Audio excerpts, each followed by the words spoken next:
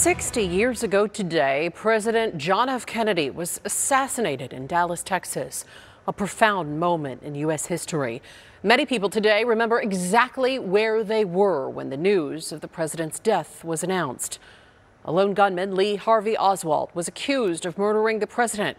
Oswald, though, was killed the next day by Jack Ruby.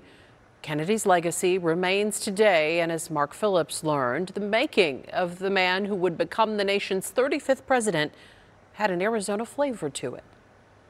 In 1936, Jack and Joe Kennedy, teenagers from Boston, came to the J6 Ranch near Benson, Arizona, for a summer of hard work and dry air. He wasn't anybody. When he came to, he was 17 years old. He turned 18 while he was here, and nobody knew who he was. Nearly 20 years ago, Arizona historian Jim Turner was shown this picture of John F. Kennedy sitting on a fence.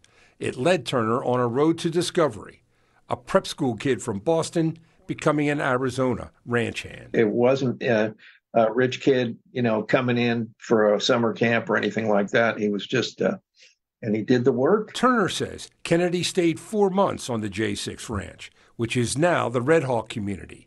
He built a house, worked cattle, and became, Turner says, part of the community. This fellow whose uncle worked on the ranch, he said Jack would come into Benson and go to the Catholic Church on Sundays.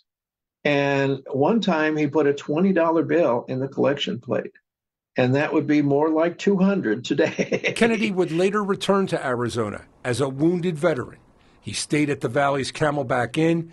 This is a picture of him playing a board game with 2 women.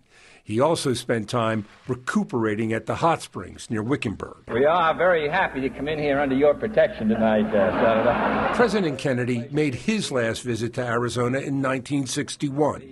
It was for a dinner to honor Arizona Senator Carl Hayden at the Westward Ho. Mark Phillips, ABC 15, Arizona.